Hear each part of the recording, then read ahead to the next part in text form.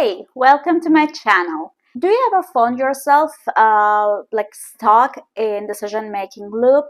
You have been in front of a shelf of chips, but you couldn't decide on which brand to buy. Or maybe you wanted to go to a party, but you didn't know what to wear. Well, my friend, you are definitely experiencing analysis paralysis. Well, that's a great word. So if you're interested, just follow this video and make sure that you're taking some notes maybe.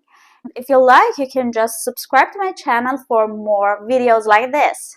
So if you ever experienced analysis paralysis, don't fear because it has happened to everyone, every one of us. Here in this video, we are going to talk more about this and let's discuss some what are the causes for this and what are the consequences for sure, and what are the different techniques to overcome this paralysis. Let's start over.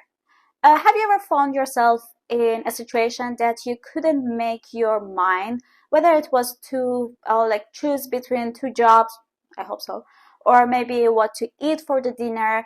You just easily couldn't make up your mind. For example, maybe you had a job offer or you wanted to stay, so you wanted to decide whether you want to stay in the current company or you want to leave for the new job, and there were different criteria that you had to consider, so you were trying to make a decision but you couldn't.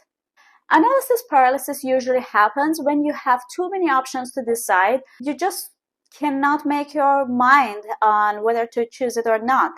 It's like you are playing chess and you want to think ahead every possible move that your counterpart might take. So you are trying to think about it, like what happens if this happens, or what should I do if this happens. So you're trying to overthink every single thing, and you are trying to make a lot of decisions at the same time.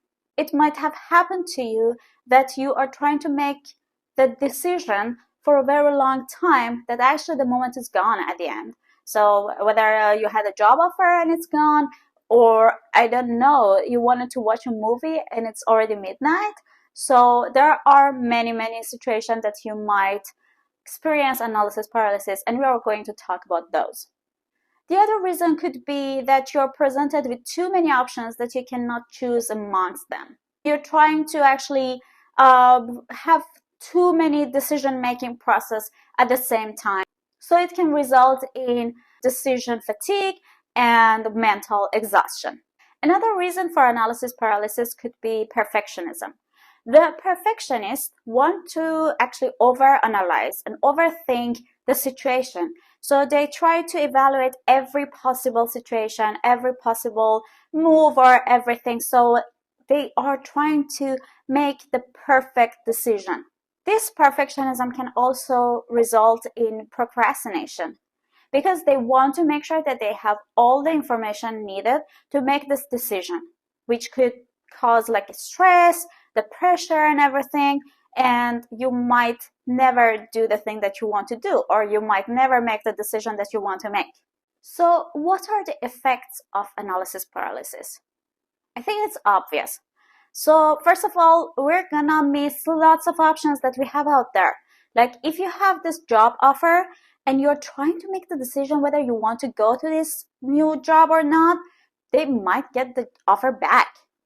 So for example, you have this new job offer that is very good in terms of the salary and everything, and you like it, but you have to travel 2 hours every day to get to work. But your current company and your current job, they are not really paying that much, but the office is next door. So you don't need to travel that much during the day. You can just walk to work and save lots of time. Now you have to go there. So there are many options that you have to consider when you want to make the decision. So for example, whether I want to travel too much during the day, whether I want to, I don't know, have much more salary than before, or it's better for me to have a convenient life, even though it's not a very good paid and well-paid situation. So you're trying to think over and over and over and analyze until the time that the company says that, hey, you know what? we found another person and he seems to be willing to make the decision really, really fast. I don't know, it might happen, you know? So this is one thing. You may miss the opportunity. The other thing is that when you want to analyze everything over and over, it's gonna be stressful. Like, you need a level of stress in your life to make the decisions, but not this much. Like, you don't need to have this much anxiety just because you cannot make the decision. So the other thing is that, like, you're going to be anxious, you're going to be stressed, you're going to be overwhelmed because you're trying to make the decision of 100% at the same time. You're trying to overthink everything. You want to anticipate every possible thing in the future. Like, do I get promotion if I go to this job? Do I ever going to miss the bus if I go to this job? Who knows? You just have to make the decision based on the things that you can control. And you know what the sad part is? That you are like that one indecisive person in the team. You cannot lead the team. You cannot make the decision for the team. And everyone else is making their own choices, but you cannot. So you might think that why other people, like my colleagues, my coworkers, my friends, they are actually making their decisions, and maybe you are being teased by everyone that you cannot make your own decision. And it's hard for you because actually they don't know that you are analysis paralyzed. You are trying to find the best option. You are trying to find the best place to go.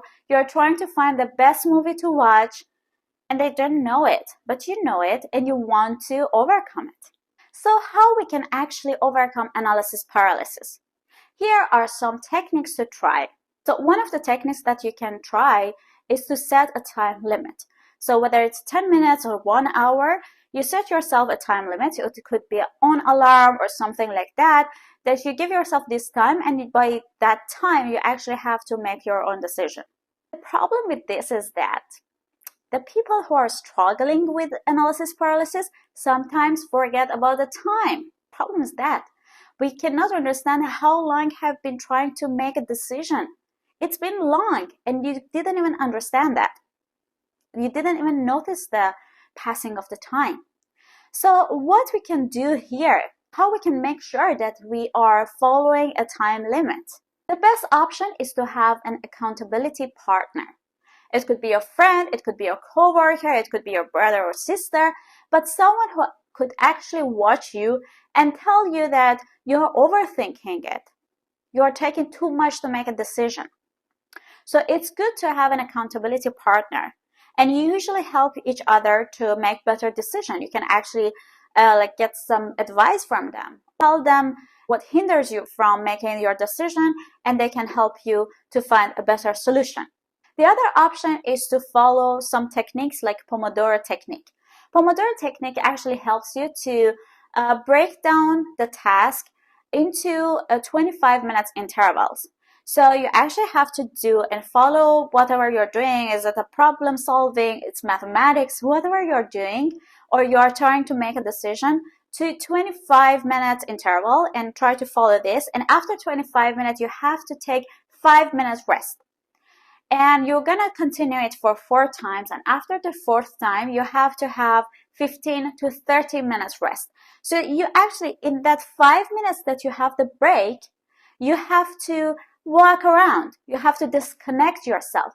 It helps you not to drown into the problem solving, into the decision making situation. Pomodoro is another option. The other thing is that try to break down the situation into smaller tasks. So for example, if you want to travel and you have lots of decisions to make, and first of all, you have to find the best destination for your travel, and this is gonna make you to be paralyzed in the analysis situation. So break it down. Where I want to go. Is it gonna be a hot place or a cold place? Is it gonna be I don't know, traditional place? Is it going to be a classic place? Or is it going to be a modern place? Or maybe you can decide on whether you want to go to nature or you want to go to a city. These are the smaller tasks that you have to make the decision. So you cannot directly go to the destination, but you can make the decision based on different factors that you want to consider when you want to make your decision. Let's make it a bit fun. Let's flip a coin. You're like, what? Yeah, the other technique that we have is to flip a coin. You know how it is. You flip a coin, and whether it's tail or head, you make the decision. But there is a difference here. You're usually hoping for one side of this, right? So, let's make an example. You want to decide whether you have to choose the new job offer or you want to stay in the current company. You say, okay, head is gonna be I leave the company, tail is gonna be I stay. When you flip the coin, you're like, oh my God, please, please, please, please, please, please, please, I want to stay. And you know that already. So let's do it. Head, I'm gonna leave the company. Tail, I'm gonna stay. Oops. I said head, I leave the company. Tail, I stay. Did I do it right at least? Okay. Head, I wanna leave. Head, head, head, head, head. It's tail. Okay. Should I leave or should I stay? So you know that you already know what you want. You hope for one side of this. When you're flipping a coin, you're not 50-50. You're hoping for one side. You just want to make sure that if the coin is in your favor, that's funny. But when we want to flip the coin, it's kind of like making sure that what is actually in our heart. What are we wishing for, right? I love that. Oopsie. The other thing, which is kind of like the same as the coin, is that just trust your instincts.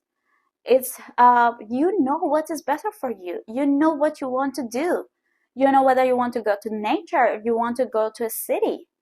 Trust your instincts. It's like sometimes they are saying the rightest thing to you, but you don't want to hear that. Last but not least, it's good to make a list. Sometimes when we write down our options, it's easier to look at them and make the decision because we can see them. It's good to also like write down the pros and cons and make an informed decision. There are other options too.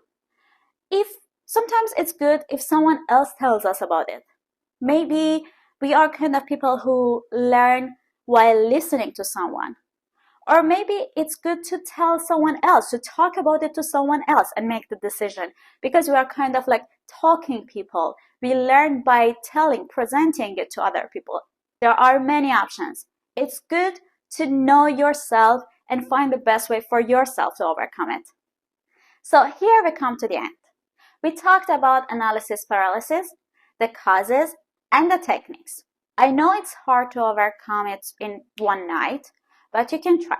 Remember, it's always better to make a decision which is not perfect in your mind than no decision at all. There are millions of options out there that you can try, you can experience and enjoy it. So go ahead, overcome this, and live your life. Please subscribe to my channel if you haven't done it so, and follow me for more videos on this.